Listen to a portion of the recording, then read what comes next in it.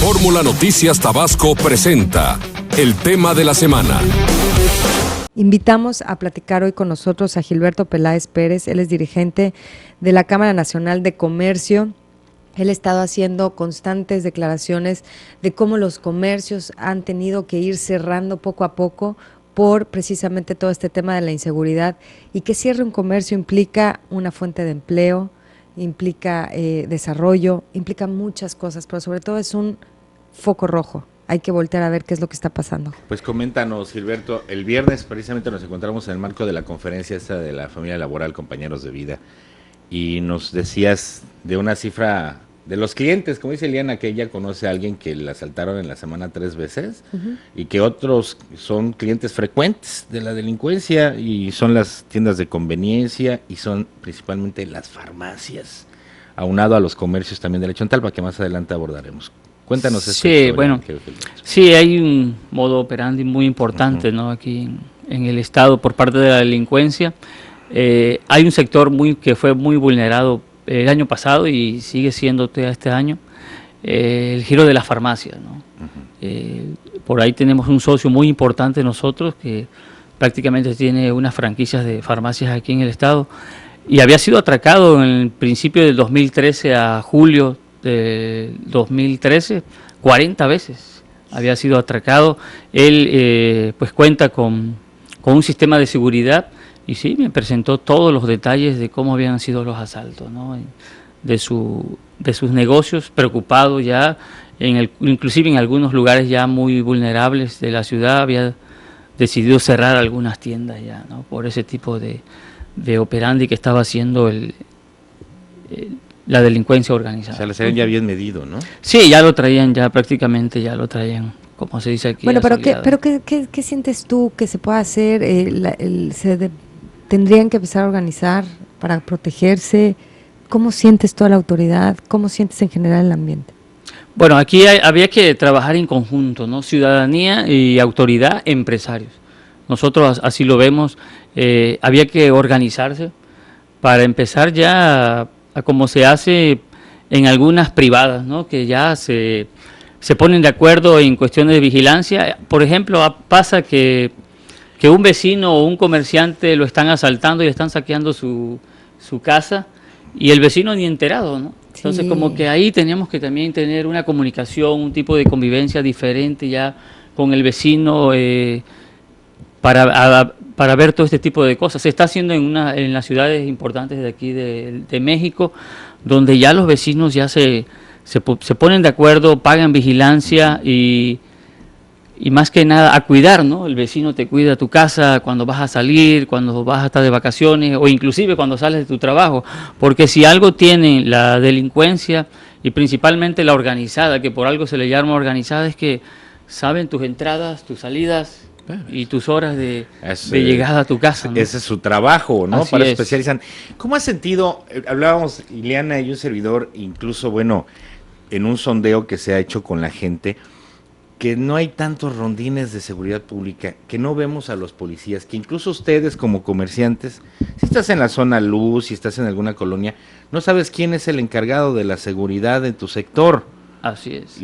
Y de repente lo rotan, de repente lo cambian, a veces viene y a veces no, o de plano no hay rondines. Sí, eso es algo muy importante que tenemos que reforzar, o tiene que reforzar el gobierno. Sí. Yo desde que entré hice un operativo ahí importante, checando ahora sí que las delegaciones que están en las colonias, y muchas están abandonadas, ¿no? Sí, no, bueno. Muchas están totalmente cerradas, no llegan, y los rondines prácticamente son en sus mismas camionetas, ¿no? No hay la manera de ir a denunciar rápido algo que le pasa al comerciante o a las casas. ¿Cuánto tardan? Sí. Híjole, nosotros, como 45 minutos. Sí, tarda muchísimo, ¿no? 45 minutos, ¿qué? La ciudadanía sí siempre me ha dicho, ¿por qué en las 4 salidas importantes que tiene la ciudad de Villahermosa no hay un retén? No hay un retén. Sí. Eso preocupa, y dice, y sales a otra ciudad y lo primero que te encuentras es un retén. Y entonces sí es importante, ¿no? Hay una zona muy vulnerable aquí en el estado, que es la Chontalpa, no encuentras un solo retén. O sea, las entradas están totalmente descubiertas, vulnerables, ¿no? O sea, ¿Qué está pasando en la Chontalpa? difícil la situación de la Chontalpa. Yo platicaba con mi colega de allá de Canaco Villahermosa, Canaco Cárdenas, y me decía, está preocupante. Hay algunos lugares ya, por ejemplo, en zonas peatonales o donde hay puentes y donde habían 10 o 15 comerciantes, ya se han ido esos comerciantes porque son zonas que realmente son muy afectadas, han sido muy afectadas por la delincuencia, ¿no? Principalmente había que ver también la denuncia, tenemos que tener esa cultura de la denuncia, ¿no? Nos cuesta trabajo y tenemos ya esa mala imagen de que si denuncias pues no se hace nada, ¿no? Y ahí queda estancada la No, y el tu tiempo denuncia. que se tardan las personas en hacer su denuncia. Así es. Son días.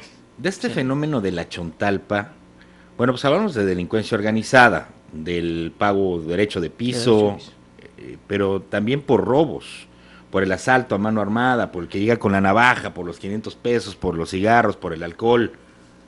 También esto ha ocasionado que cierren en algunos comercios, o es principalmente por el derecho de piso, Gilberto. Hay de todo, ahí hay de una todo. mezcolanza. Hay de todo, hay varios tipos de delincuencias ahí.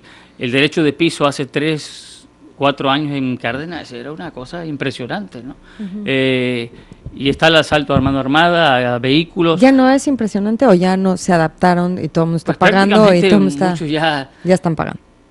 Pues prácticamente algunos, ¿no? Algunos ya están haciendo eso, muchos en Cárdenas sí han tenido que abandonar y irse muchos comerciantes importantes, inversionistas importantes que habían en Cárdenas, así me consta, han tenido que emigrar, ¿no? Hace 3 años se dio muchísimo eso, ¿no?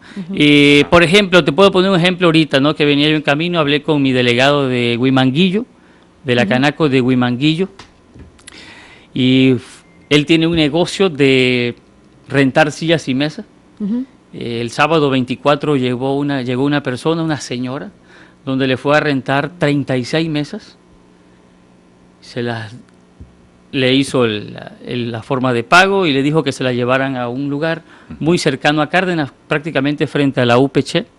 Llevaron las mesas y las sillas, las recibieron y se las llevaron, se las robaron. No hubo tal fiesta, no hubo tal 15 años, no hubo tal nada.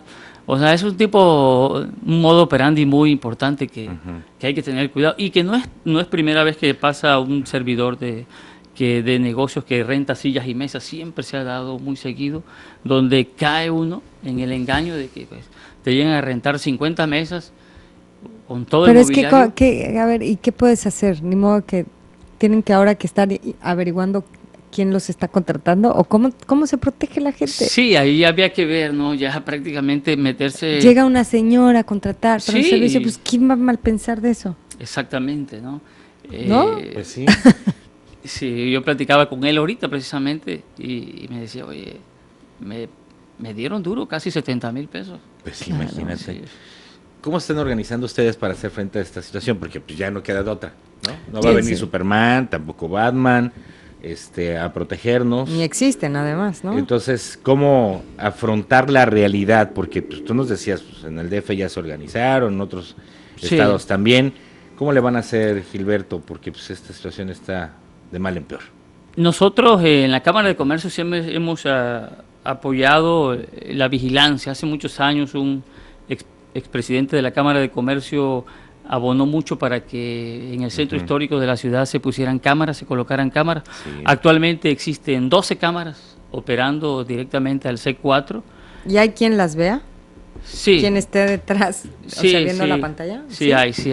Hemos estado en plática con un grupo importante de Monterrey y del Politécnico de México, donde han venido ofreciendo un tipo de trabajo y de servicio para de qué manera incrementar más cámaras, ¿no?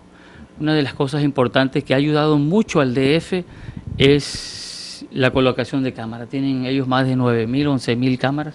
Y hemos visto, ¿no?, los resultados que se han logrado a través de las cámaras. Nosotros le estamos apostando a eso. Cámaras, tecnología. A tecnología, cámaras, vinculado obviamente, ¿no? Empresarios, gobierno. Sí, pero a ver, si tienes las cámaras, pero no tienes un centro funcional como el C4 o que el que está operando no está atento, ¿cómo lo Sí, mira, fortaleces? fíjate y a que veces hay- las cámaras tampoco captan así como que muy bien los detalles de un asaltante para que lo puedas identificar. Sí, Este tipo de tecnología, nos explicaban ahí, prácticamente no necesitas que una persona esté pendiente ahí en las cámaras, viendo la pantalla, porque después de media hora que una persona está viendo la pantalla, llega el momento en que se fastidia y se cansa. Entonces esta tecnología, en el momento en que está surgiendo algo, la misma cámara hace un zoom y está mandando la información directamente a las patrullas. Sí, es una tecnología muy... bueno, o sea, sí los vincula. Sí los vincula, ¿no? Aquí lo que también se tendría que hacer por parte de la policía es profesionalizar la policía. Pues sí. Yo creo que es interesante, ¿no? Que tengamos una policía más profesional. Más yo no diría capacitada. interesante, Sí. yo diría urgente y necesario. Exactamente, ¿no? A raíz, por ejemplo, en Monterrey, a raíz de lo que pasó hace 3 años, los empresarios le apostaron a la policía más profesional, que inclusive hay profesionistas de muchas carreras que se están convirtiendo en policías, ¿no? Y policías mejores pagados, ¿no? Pues sí. Y mejores entrenados, que es lo que tenemos que hacer. Por lo menos que realmente, quieren formar ¿no? parte de la corporación. Así es, ¿no? ¿Tienes más o menos un porcentaje de comercios que ya hayan cerrado, sobre todo en el caso de la Chontalpa, o que estén en vías de? Bueno, en la Chontalpa es donde más nos ha pegado el cierre de algunos Más o menos comercios, un porcentaje de números. como un 20% vamos a ponerle, que han tenido que cerrar por el problema de la delincuencia. Y no nada más que lo asaltaron una vez, sino 2 o 3 veces, ¿no? Yo oí una frase, de centenas de comercios. Sí hay. Centenas, que 100, 200, 300 comercios que han cerrado en los últimos meses. En toda la Chontalpa, yo creo que sí. Órale. Yo creo que sí, ¿no? Desde lo que es Comalcalco, Huimanguillo, Ajá. Cunduacán principalmente. También Cunduacán les ha Sí, pegado. ha afectado mucho ya la delincuencia, ¿no? Claro. Y te digo, muchos están optando por las cámaras, otros por las rejas, como bien se ha dicho, ¿no? Hace muchos años empezó este problema de poner rejas, pero hoy se ha incrementado muchísimo el tener que poner rejas en tu comercio. ¿Y qué garantías le das, no? Pues a la gente que está en el exterior y que dice, pues tengo una lanita ahí para invertir, para abrir un negocio. ¿Quién pues, va a querer invertir con estas cosas? Sí, es que quién se preocupante. atreve a abrir. Es preocupante esa parte. Y te digo, vulnerar el sector comercio que te genera riqueza y que te genera, por muy pequeño que sea un comercio, te está generando 2 a 3 empleos. Pues sí. Pues Gilberto, muchísimas gracias. No, gracias a ustedes. Por haber acudido a la convocatoria de Fórmula Noticias Tabasco y venimos a platicar de esta situación que viven cientos de tabasqueños a diario. Así es. ¿Algo que quieras agregar, algún llamado que quieras hacer? Pues a las autoridades, ¿no? Y a los empresarios igual, ¿no? Platicar de qué manera vamos a ir subsanando esto, buscar las alternativas y los proyectos que nos puedan apoyar para ir bajando lo que es el problema de la inseguridad.